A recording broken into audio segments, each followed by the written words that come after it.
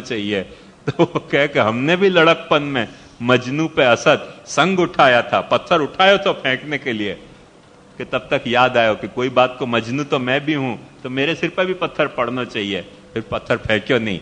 तो साथ रहेंगे तो अपने को ये बात पता चलेगी कि लोगन के गुण दोष, जैसे गुण है तो कोई दोष भी है, दोष है तो कोई गुण भी है। लोगन के जो है सो अच्छे बुरे काम जो हैं वो जैसे लोग कर रहे हैं वैसे अपन भी कर रहे हैं। तो संग उठाया था कि सर याद आया, पर एकांत में रहोगे तो संग उठाने पे कभी सर याद नहीं आएगा, वो संग फेंक ही दोगे तुम। तो वो भक्ति को विरोधी भाव है, या तरीके को एकांत सेवन को भाव। योग में देखो ये बहुत साधक भाव है, बात को ध्यान से मत समझियो।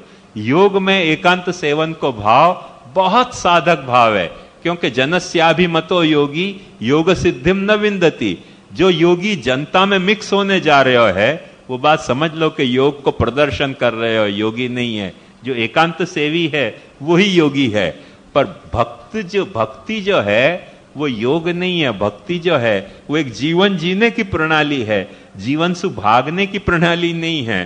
तो जीवन जीने की प्रणाली होने के कारण वह प्रणाली को अपने को उतने उच्च स्तर पे जीना है कि अपन जीवन जी रहे हैं भगवान के साथ, भगवान के साथ भक्तिमय जीवन जी रहे हैं। वहां में एकांत सेवन की कोई आवश्यकता भक्ति में है नहीं करके महाप्रभु जी स्पष्ट कह रहे हैं कि बाध संभावनायंतु नैकांते वासयिष्यते।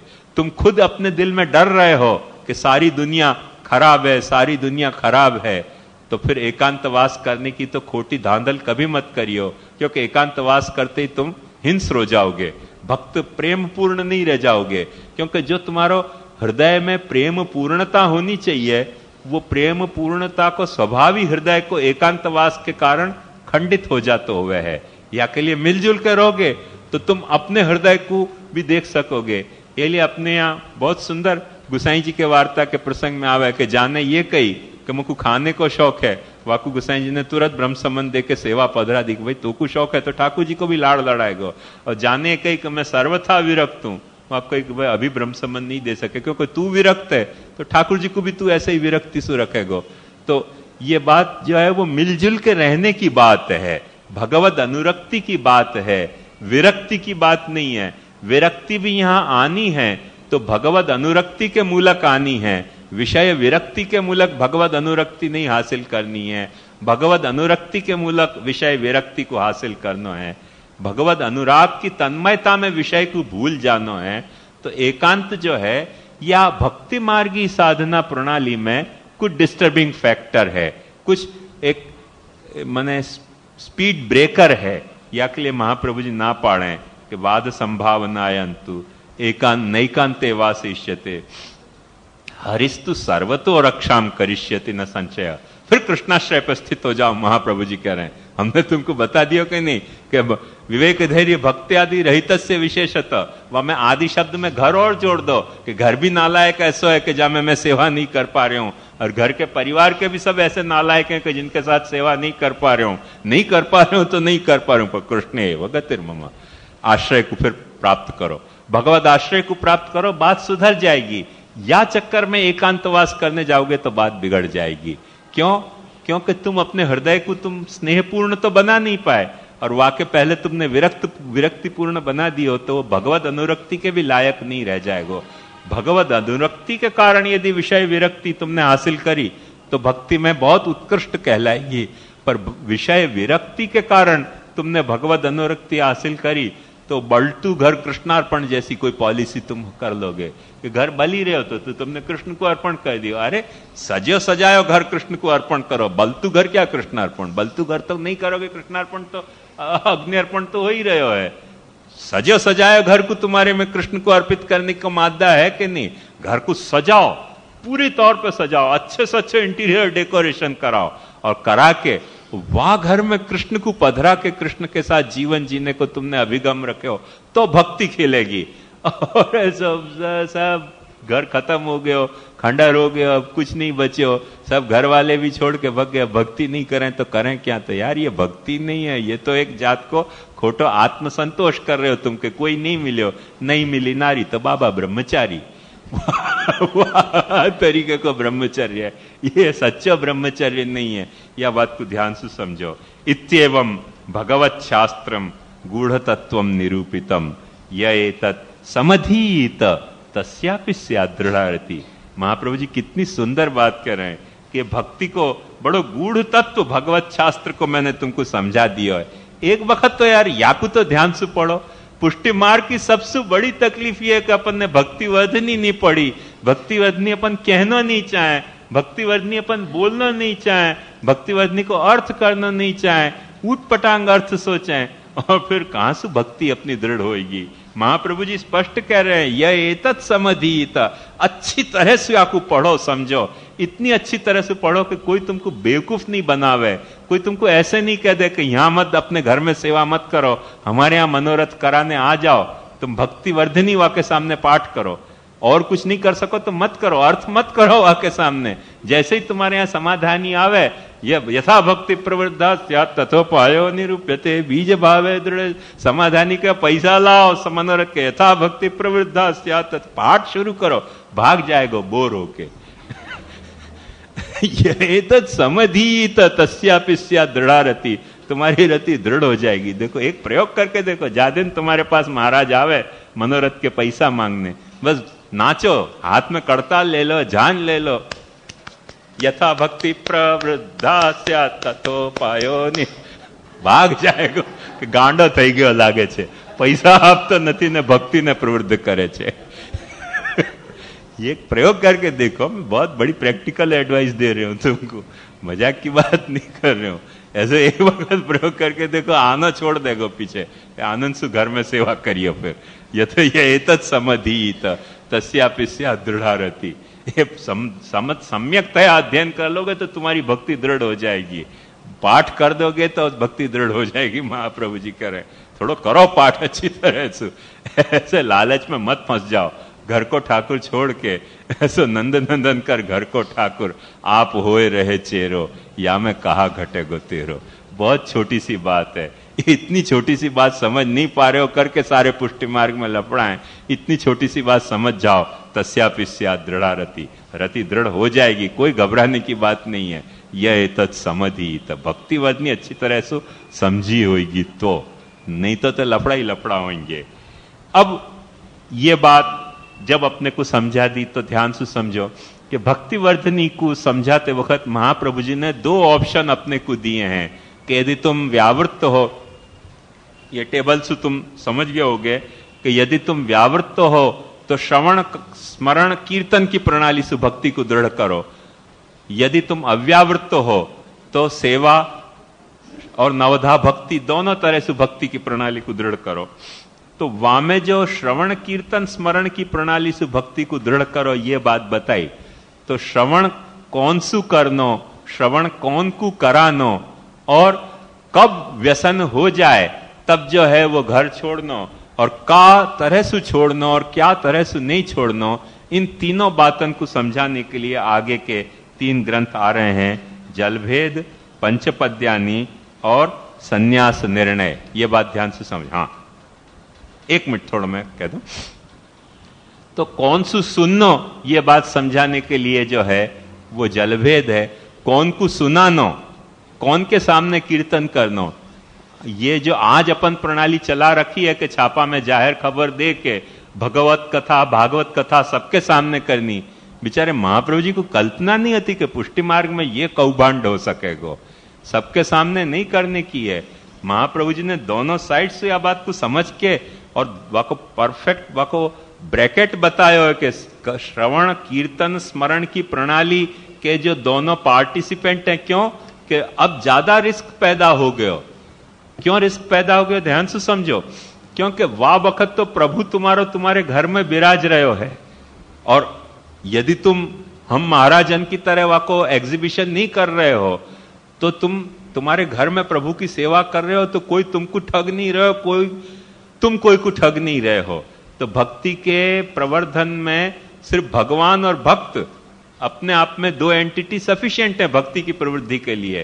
पर जा वक्त तुम सेवा नहीं कर रहे हो और श्रवण और कीर्तन की प्रणाली में तुम इन्वॉल्व होना चाह रहे हो, तो अब 2 पार्टिसिपेंट हो गए। अब भगवान बीच में नहीं आ रहे हो है, वाकई पहले तुमको कथा कहने वालों आ रहे हो है, जो तुम्हारो नहीं है वो तुमको चीट कर सके। कथा सुनने वालों आ रहे हो है, वो तुम्हारो नहीं है, वो तुमको चीट कर सके है। तो अब वो पुष्टि मार्गी है कि मर्यादा मार्गी है कि प्रवाह मार्गी है, कैसो भक्ति मार्गी है कि प्रपत्ति मार्गी है, यह बातन की सावधानी रखे बिना तुमने कथा को श्रवण कीर्तन शुरू कियो तो सारी बात जो है वो रसाभास हो जाएगी। एक बहुत प्रसिद्ध उदाहरण मैं दूं कि यहां बंबई की एक कोई ग्रुप औरतन को है, वो रोज बैठ के और सब आपस में सत्संग करें तो उनमें क्या भयो कि एक पुष्टि मार्गी औरत थी, माने पुष्टि मार्गी छोरी थी, पुष्टि मार्गी नहीं थी, पुष्टि मार्गी छोरी थी, और एक मर्यादा मार्गी सब थे, ऑफ कोर्स सबके सब कृष्ण भक्त। तो ये जब मां सत्संग करने बैठती तो कहते चलो ध्यान धरो, तो कहती अब पेड़ा बना रही हूँ, बर्फी बना रही हूँ, लड्डू बना रही हूँ, मोहनथा। अब वो कहती कि अब मैं निकुंज में जा रही हूँ, रास कर रही हूँ, ढिकड़ो कर रही हूँ, पूछो कि ये हर वक्त पेड़ा बनाती रहती। तो वो दोनों एक दिन झगड़ के मेरे पास आई कि जब हम ध्यान करने बैठे पेड़ा बर्फी मोहनथाली बनाने बैठ जाए, निकुंज में नहीं आवे, रास में नहीं आवे। वो कहे भाई ठाकुर जी की ध्यान कर रहे हैं तो कुछ सेवा को ध्यान करनो, तो सेवा में और क्या ध्यान दे रहे हैं, औरत यही तो ध्यान दे रहे भाई पेड़ा बना रहे हैं, बर्फी बना रहे हैं। वो कह हर वक्त ये खाने की बात क्यों बीच में लिया हुआ? वो कह रही थी कि हर वक्त ये निकुंज की बात क्यों लिया हुआ? सेवा करे नहीं, हर वक्त नाचती फिरे भगवान के साथ। देखो वैसे बेचारी दोनों भोली थी, पर एक बात ध्यान समझो कि या तरीके के लफड़ा हो जाएंगे, क्योंकि कम्युनिकेशन गैप है दोनों में। या की बात वो नहीं समझे, वा की बात ये नहीं, या को हर वक्त सेवा को ध्यान सूझे, वा को हर वक्त लीला को ध्यान सूझे, वो दोनों तालमेल ही नहीं खावे, फिर झगड़ा और करें आपस में। तो ऐसे लफड़ा हो सके, या के बजाय पहले से सावधानी से ही अपन श्रवण कीर्तन करें तो क्या है कि दोनों को एक हो सके। अपने वार्ता में भी ये प्रसंग कितनी वक्त आयो है कि महाप्रभु जी के पद गाने शुरू किए और उनने कही कि ये तो ठीक है तुम अपने गुरु के पद गा रहे हो, अब कुछ कृष्ण लीला का पद गाओ। तो उन्होंने कही दारी के तेरे कोई खसम के थोड़ी पद गा रहे हो। तो ये तो मैं ठाकुर जी कही तो पद गा रहे, तो मैंने भाव भेद के कारण भावाभास होए बिना रह नहीं है। या के लिए जब तक तुम एक दूसरे के भाव को पहचान नहीं सकते हो तब तक श्रवण और कीर्तन की प्रणाली में एक दूसरे के सहयोगी बनोगे तो लफड़ा होए बिना रहेगो नहीं। मूल ये कारण हतो कि सेठियान को श्रोता की तरह के बुलाए, तो उनने जो है वो अनाउंस करवा दियो कि अब या कथा के यजमान ये हैं और या कथा के यजमान ये हैं, अब या कथा के यजमान ये है। भाई आखी भागवत कथा को एक यजमान हो गयो, फिर कृष्ण जन्म को यजमान दूसरों क्यों होना चाहिए? कृष्ण जन्म को एक यजमान हो गयो, फिर ऐसा गोवर्धन लीला को दूसरा यजमान क्यों होना चाहिए? तो क्योंकि श्रोताएं सब सेठियां हैं, वक्ताएं सब जो है वो तो गेहे गेहे कृता का कथा सारस कारिता कण लोभे न कथा सारस ततो गत। ऐसे भागवत में आवे कि माने कलयुग में सब लोग घर घर में कथा करने लग जाएंगे, सो कथा को जो सार हतो वो सारो कण लोभे न कथा सारस ततो गत। कथा को सारो सार निकल जाएगो, कथा सार वाली नहीं रह जाएगी, निस्सार कथा हो जाएगी, जो आज हो ही रही है। जाको अपन स्पष्ट देख रहे हैं कि अब कथा में मजा आना बंद हो गया, अब डांडिया होने लग गए कथा में। मैं बस वही बात देख रहे, कोई दिन चीर हरण ना हो जाए और कोई दिन रास लीला ना होने लग जाए कथा में, कि कोई यजमान ऐसा भी मिल जाए आज चलो हो जाए रास लीला कथा में। यूं ही अपना पुष्टि मार्ग जो है वो ब्रिटानिका में जो है वो हेडोनिस्ट तरीके बदनाम है कि पुष्टि मार्ग के सब खाओ पियो मौज मारने वाले सब जीव हैं, हेडोनिस्ट है, ये भोगवादी हैं पुष्टि मार्गी। और कोई दिन कथा में रास लीलाएं होने लग गई ना, सत्यानाश हो जाएगा पुष्टि मार्ग को, आखो रेपुटेशन को। पर अपन ने ये सारे उधम शुरू किए हैं कथा के नाम पे। तो ये बात ध्यान समझो कि क्यों ये उधम शुरू हुए, वह को मूल कारण कि श्रोता जो है वो वक्ता को जांचना नहीं चाह रहे हो है, वक्ता जो है वो श्रोता को जांचना नहीं चाह रहे हो है। दोनों अंधे गुरु लालची चेला, दोनों नरक में ठेलम ठेला वाली परिस्थिति में ये आखो कथा को सेटअप श्रवण कीर्तन स्मरण को बिगड़ गयो। वो न बिगड़े करके महाप्रभु जी ने यहां सु जलभेद पंचपद जलभेद में कथा कौन सु सुननी वा को निरूपण कियो, पंचपद्यानि में कथा कौन को सुनानी या को निरूपण कियो, और संन्यास निर्णय में यह निरूपण कियो कि या कथा प्रणाली सु जा वक्त तुम्हारो बीज भाव दृढ़ होवे, वा वक्त संन्यास कब लेनो, कैसे लेनो, कौन से तरह से लेनो, कौन सी भावना से लेनो, वो सारी बातों को निरूपण संन्यास निर्णय में आएगो। मुझको लगे है कि ये बहुत और जंक्चर है, पर क्योंकि ये आखो एक विषय मांग रहे हो है तो अपन कल या विषय को करेंगे, क्योंकि जलभेद इतना बड़ो ग्रंथ है कि अभी 10-15 मिनट में पूरा नहीं हो सकेगा, और कल अपन ये करके फिर निरोध लक्षण और सेवाफल करेंगे। हाँ तो परसों आ जाओगे तो अपन फुर्सत से कर लेंगे, नहीं तो कल तो अपन इतना तो निश्चित कर ही लेंगे। परसों यदि रविवार को थोड़ा जल्दी टाइम ले सकते हो तो जल्दी आ जाओ, तो फिर कोई भय की बात ही नहीं, अपन आनंद से सारा पूरा कर लेंगे। 4 बजे आ जाओ। हाँ हाँ क्या? हाँ तो 4 बजे आ जाओ तो अपन अच्छी तरह से कर लेंगे। या में मुझको बहुत थकान नहीं लगे, वो प्रवचन में बहुत थकान लगे या? हाँ सॉरी। हाँ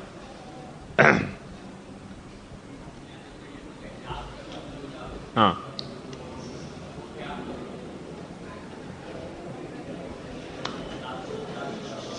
अरे भाई शांति रखो, प्रश्नोत्तर चल रहा।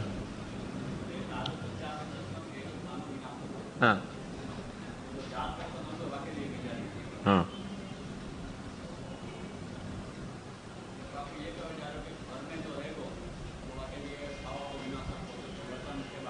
हाँ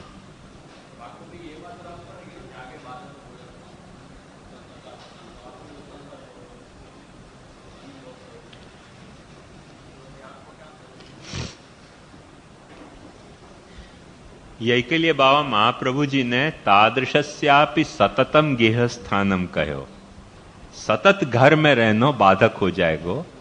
तो वो कुछ ऐसे ढंग से अपने त्याग को, गृह त्याग को, लाइफस्टाइल को मैनेज करे कि सतत घर में नहीं रह के अपनी ऐसी त्यागमय वृत्ति से जिए कि जाके कारण घर वाले वाको डिस्टर्बिंग नहीं हो जाए, और वाको त्याग पूरा एक फार्स ना हो जाए, गृह त्याग।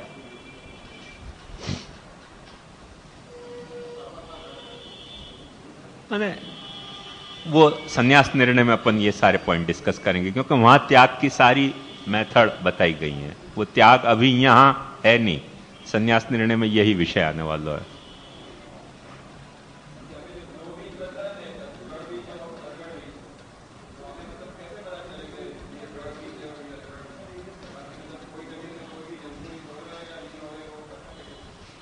दृढ़ बीज और अदृढ़ बीज को पता ऐसे चलेगा कि सबसे पहले तो तुमको